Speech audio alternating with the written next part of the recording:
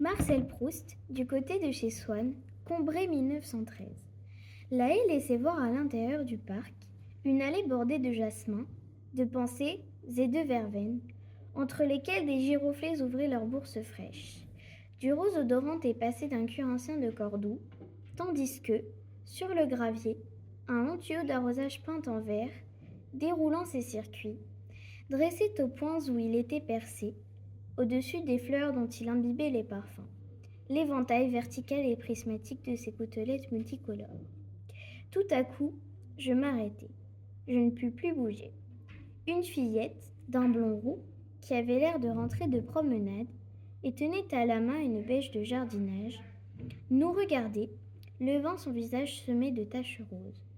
Ses yeux noirs brillaient et, pendant longtemps, chaque fois que je repensais à elle, le souvenir de leur éclat se présentait aussitôt à moi, comme celui d'un vif azur, puisqu'elle était blonde.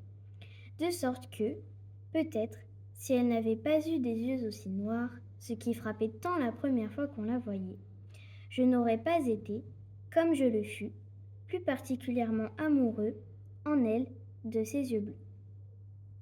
Je la regardai, d'abord de ce regard qui n'est pas que le porte-parole des yeux, mais à la fenêtre duquel se penchent tous les sens, anxieux et pétrifiés.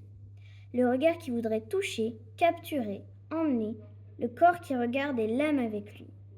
Puis, tant j'avais peur que d'une seconde à l'autre mon grand-père et mon père, apercevant cette jeune fille, me fissent éloigner, en me disant de courir un peu devant eux. D'un second regard, inconsciemment supplicateur, qui tâchait de la forcer à faire attention à moi, à me connaître. Elle jeta en avant et de côté ses pupilles pour prendre connaissance de mon grand-père et de mon père, et sans doute l'idée qu'elle en rapporta fut celle que nous étions ridicules.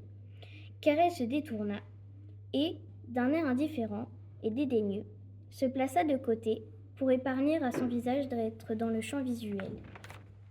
Et tandis que, continuant à marcher, et ne l'ayant pas aperçu, il m'avait dépassé. Elle laissa ses regards filer de toute longueur, dans ma direction, sans expression particulière, sans avoir l'air de me voir, mais avec une fixité et un sourire dissimulé que je ne pouvais interpréter, d'après les notions que l'on m'avait données sur la bonne éducation, comme une preuve d'outrageant mépris. « Allons, Gilberte, viens, qu'est-ce que tu fais » cria d'une voix perçante et autoritaire une dame en blanc que je n'avais pas vue, et à quelque distance de laquelle un monsieur habillé de coutil que je ne connaissais pas fixait sur moi des yeux qui lui sortaient de la tête. Et, cessant brusquement de sourire, la jeune fille prit sa bêche et s'éloigna sans se retourner de mon côté, d'un air docile, impénétrable et sournois. Ainsi passa près de moi ce nom de Gilberte, donné comme un talisman, qui me permettrait peut-être de retrouver un jour celle dont il venait de faire une personne, et qui, de l'instant d'avant, n'était qu'une image incertaine. Ainsi passa-t-il, proféré au-dessus des jasmins et des giroflées, aigre et frais comme les gouttes de l'arrosoir vert.